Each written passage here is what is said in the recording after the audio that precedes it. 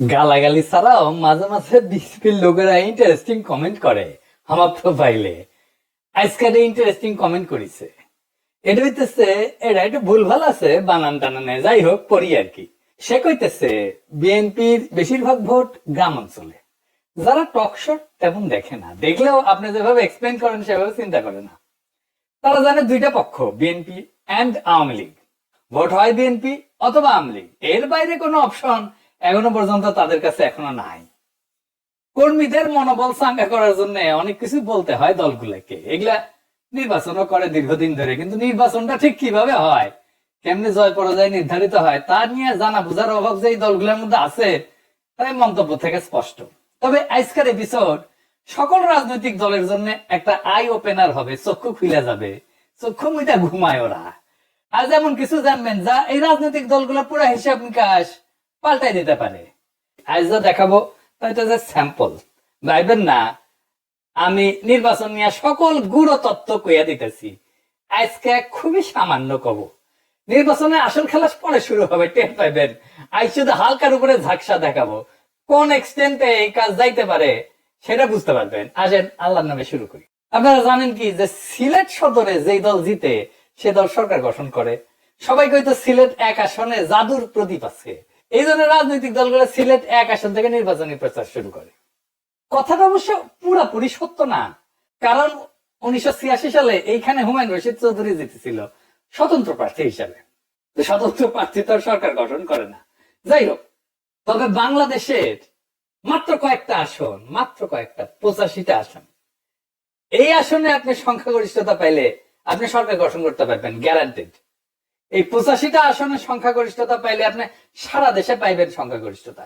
সে আসনগুলা কোনগুলা, এটাই হইতেছে আজকের স্যাম্পল।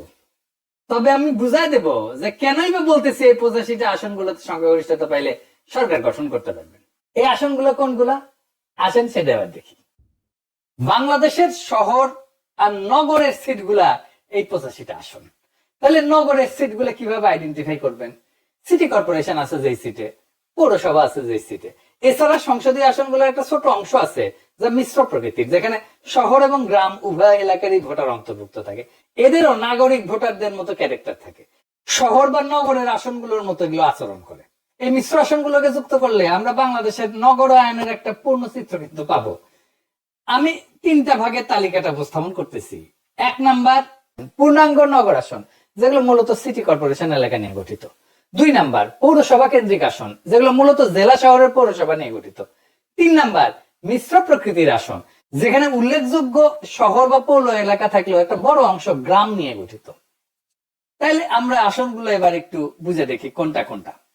1 নাম্বার পূর্ণাঙ্গ নগর আসন, যেগুলো সিটি কর্পোরেশন ভিত্তিক। এই আসনগুলো প্রায় সম্পূর্ণভাবে সিটি কর্পোরেশন এলাকার মধ্যে অবস্থিত। ঢাকা বিভাগে যেমন ধরেন ঢাকা 4, ঢাকা 5, ঢাকা 6, ঢাকা 7, ঢাকা 8, ঢাকা 9, ঢাকা 10, ঢাকা 11, ঢাকা 12, ঢাকা 13, ঢাকা 14, ঢাকা 15, ঢাকা 16, ঢাকা 17, ঢাকা 18, গাজীপুর 2, নারায়ণগঞ্জ 5। এইগুলো হইতেছে ঢাকা বিভাগের সিটি কর্পোরেশনের আসন। চট্টগ্রাম বিভাগ, চট্টগ্রাম 9, চট্টগ্রাম 10 এবং চট্টগ্রাম 11। রাজশাহী বিভাগ, রাজশাহী 2, খুলনা বিভাগ, খুলনা 2, সিলেট বিভাগ, সিলেট 1, বরিশাল বিভাগ, বরিশাল 5, রংপুর বিভাগ, রংপুর 3, ময়মনসিংহ বিভাগ, ময়মনসিংহ 4। মোট পূর্ণাঙ্গ নগর আসন যা সিটি কর্পোরেশন এলাকা, এটা 26টা। এরপরে আসেন পৌরসভা কেন্দ্রিক আসন, এটা মূলত জেলা শহর ভিত্তিক। এই আসনগুলোর কেন্দ্রবিন্দু হইলে সংশ্লিষ্ট জেলা শহরের পৌরসভা।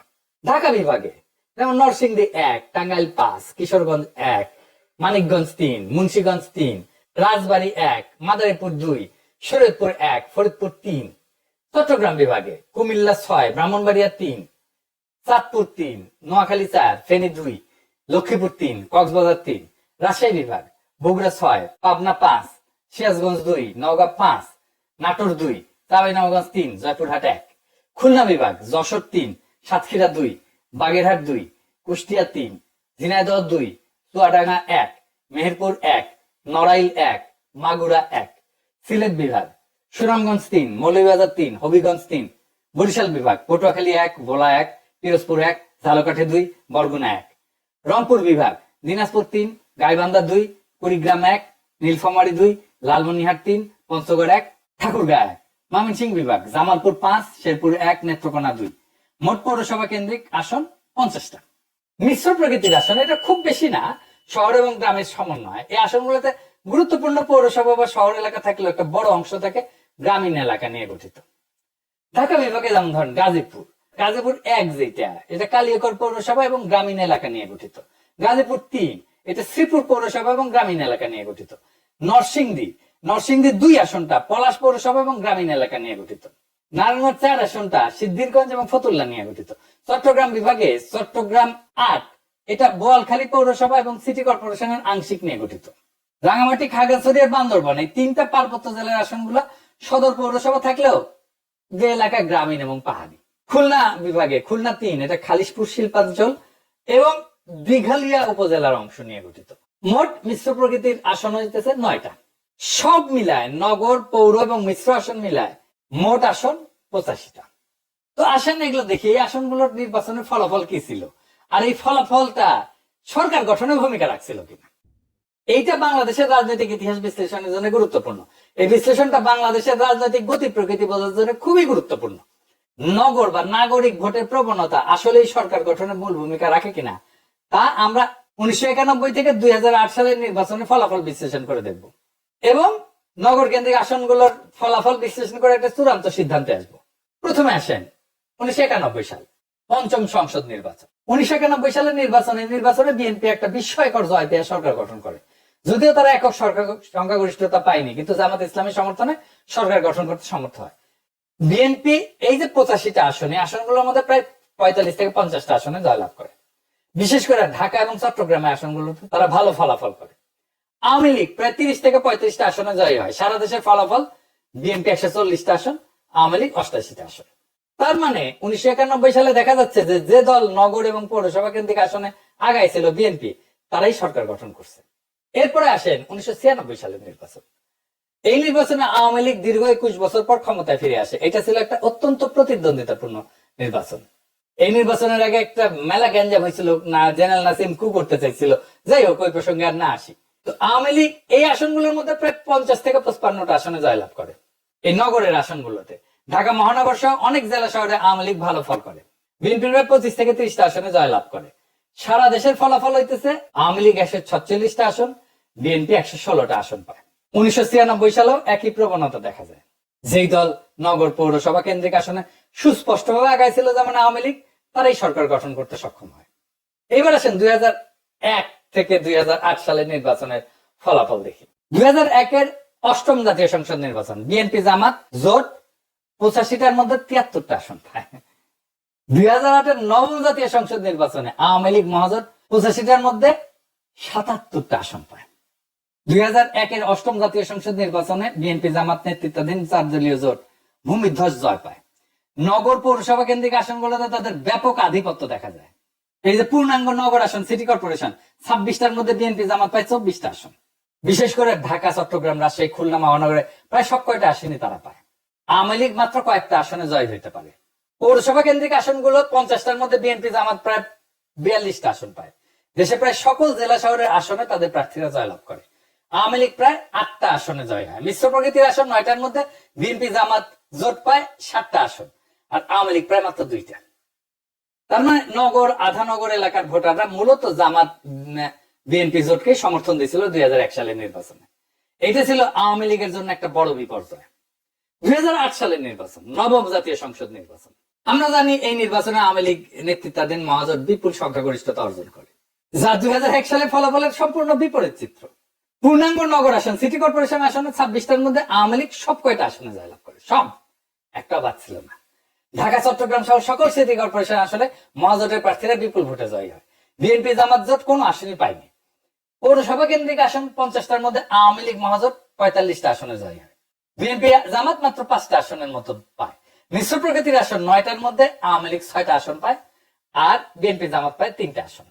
এই নির্বাচনে নগর পৌর এলাকার ভোটাররা পুরোপুরি আওয়ামী লীগ নেতৃত্বাধীন মহাজোটের দিকে ঝুঁকে পড়ে। বিএনপি জামাত জোটের ভরাডুবি হয়, বিশেষ করে শহরাঞ্চলে তারা প্রায় নিশ্চিহ্ন হয়ে যায়।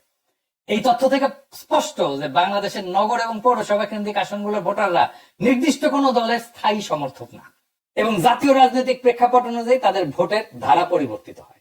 তো এই চারটা নির্বাচনের আলোকে ফলাফল বিশ্লেষণ করলে একটা সুস্পষ্ট প্যাটার্ন বা ধারা লক্ষ্য করা যায়। বছর নগর আসনে বিজয়ী সরকার গঠনকারী দল এবং নগর আসনের ভূমিকা। 1991 নগর আসনে বিজয়ী বিএনপি, সরকার গঠনকারী দল বিএনপি। নগর আসনের ভূমিকা কি? নির্ণায়ক ভূমিকা। 1996 নগর আসনে বিজয়ী আওয়ামী লীগ, সরকার গঠন আওয়ামী লীগ, নগর আসনগুলোর ভূমিকা নির্ণায়ক। 2001 নগর আসনে বিজয়ী বিএনপি জামাত, সরকার গঠন করে বিএনপি জামাত, নগর আসনের ভূমিকা নির্ণায়ক। 2008 নগর আসনে বিজয়ী আওয়ামী লীগ, সরকার গঠন করে আওয়ামী লীগ মহাজোট এবং নগরের আসনগুলোর ভূমিকা নির্ণায়ক। এই চারটা অবাধ এবং প্রতিদ্বন্দ্বিতাপূর্ণ নির্বাচনে ফলাফল বিশ্লেষণ করে এটা সুস্পষ্টভাবে প্রতীয়মান হয় যে দল বা জোট বাংলাদেশের নগর বা পৌরসভা কেন্দ্রিক আসনগুলোতে আগায় থাকে তারাই সরকার গঠন করে। এরাই মূলত সুইং ভোটার। এই আসনগুলো কোনো দলের একচেটিয়া না। এর কারণ কি হইতে পারে? এর কয়েকটা সম্ভাব্য কারণ হইতে পারে। এক নম্বর হইতেছে জাতীয় ইস্যুতে সংবেদনশীলতা। শহরের ভোটাররা জাতীয় পর্যায়ে রাজনৈতিক অর্থনৈতিক ইস্যুতে বেশি সচেতন এবং সংবেদনশীল হয়। তাদের ভোট জাতীয় প্রবণতার একটা শক্তিশালী নির্দেশক হিসেবে কাজ করে। 2 নম্বর মিডিয়ার প্রভাব। গণমাধ্যম, সামাজিক যোগাযোগ মাধ্যমের প্রভাব শহরাঞ্চলে বেশি, যা জনমত গঠনে গুরুত্বপূর্ণ ভূমিকা রাখে। 3 নম্বর হচ্ছে সুইং ভোটার। গ্রামীণ এলাকার চেয়ে শহরাঞ্চলে সুইং ভোটার বা দোদুল্যমান ভোটারের সংখ্যা বেশি। এই ভোটারেরা নির্দিষ্ট কোন দলের প্রতি অনুভূত না থেকে পরিস্থিতি অনুযায়ী ভোট দেন, যা নির্বাচনের ফলাফল নির্ধারণে ভূমিকা রাখে। আরেকটা বিষয় হইতেছে যে এই শহরে যারা থাকে তাদের সাথে গ্রামের একটা যোগাযোগ থাকে।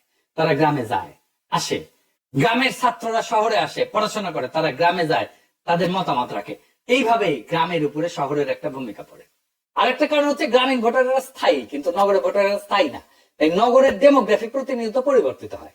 যে আসনগুলোতে জিতলে সরকার গঠন সুনিশ্চিত তাকে বলা হয় বেলওয়েদার আসন। সুতরাং নগর পৌরসভা কেন্দ্রিক আসনগুলোতে বাংলাদেশের নির্বাচনে বেলওয়েদার বা নির্ধারক হিসেবে বিবেচনা করা যেতে পারে।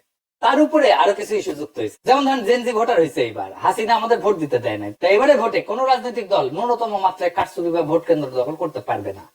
ফুলস্টপ। ভারত ইস্যুতে রাজনৈতিক দলের অবস্থান ভোটের ক্ষেত্রে ভূমিকা রাখবে। এই নির্বাচনে সোশ্যাল মিডিয়া বিরাট ভূমিকা পালন করবে, যাকে বিএনপি শুরুতেই শত্রু বানায় ফেলছে। আর এই নির্বাচনে প্রখর মেধার অল্প কিছু রাজনৈতিক মানুষ যদি নির্বাচনে কোন দল বা জোটকে বিজয়ী দেখতে চায় আর সেইভাবে তাদের সাহায্য করে বয়ান তৈরি করে দিতে, তাহলে সেই দল বা জোট জিতবে। লিখে রাখতে পারেন, এবারের নির্বাচন ক্ষমতার না, নিয়তির লড়াই। এইবার খেলা শুধু গণনায় হবে না, হবে বুদ্ধি, কৌশল আর সাহসের খেলায়। বিএনপি যদি ভাবে গ্রামেই তাদের ভোট আর সেই ভোট দিয়ে সরকার গঠন হবে, তাহলে তারা ভুল করতেছে। আর যারা শহরের কিছু বক্তৃতার ফেসবুক লাইভ দিয়ে জিতবে বলে মনে করতেছে, তারা বোকা স্বর্গে বাস করতেছে। জয় হবে তাদের যারা অন্তঃশ্বাস শূন্য দলান্ধতা ভেঙ্গা একটা বড় রাজনৈতিক ফ্রন্ট তৈরি করতে পারবে, যারা বুঝবে এবার শুধু পুরনো রাজনৈতিক শক্তি ভারতের সম্প্রসারণবাদের দেশীয় লেসপেন্সারদের হারালেই হবে না, মানুষকেও জয় করতে হবে। হয়তো এখনো বিএনপি সংখ্যায় খানিকটা আগায়, কিন্তু এই সংখ্যা কিছুই না। যদি চিন্তা না থাকে, যদি বয়ান না থাকে, যদি মেধার নেতৃত্ব না থাকে, এই লড়াই শুধু পোস্টার আর মিছিলের না, এই লড়াই বয়ানের, আদর্শের, প্ল্যানের, দখলের। আর যারা শহরের ভোটারদের সোশ্যাল মিডিয়াকে শত্রু মনে করে, তারা বুঝে না নতুন ভোটারদের যুদ্ধ এখন ফোনের স্ক্রিনে শুরু হয় আর মাঠে গিয়ে শেষ হয়। কিন্তু এখনো সময় আছে। যারা পুরনো ব্যবস্থার পতন চায়, নতুন রাষ্ট্র করতে চায়, যারা সত্যিই জিততে চায়, তাদের দলের বাইরের দেশপ্রেমিক শক্তিগুলোকে সাথে নিতে হবে। একটা ঐক্যবদ্ধ ফ্রন্ট গঠন করে মেধার শানিত অস্ত্র নিয়ে মাঠে নামতে হবে। কারণ এইবার জয় হবে তারা যারা ভয় পায় না আর বিশ্বাস করে জনগণের শক্তিতে, যারা প্রখর মেধায় বলিয়ান। Subscribe and stay tuned. Don't forget to like, comment, share.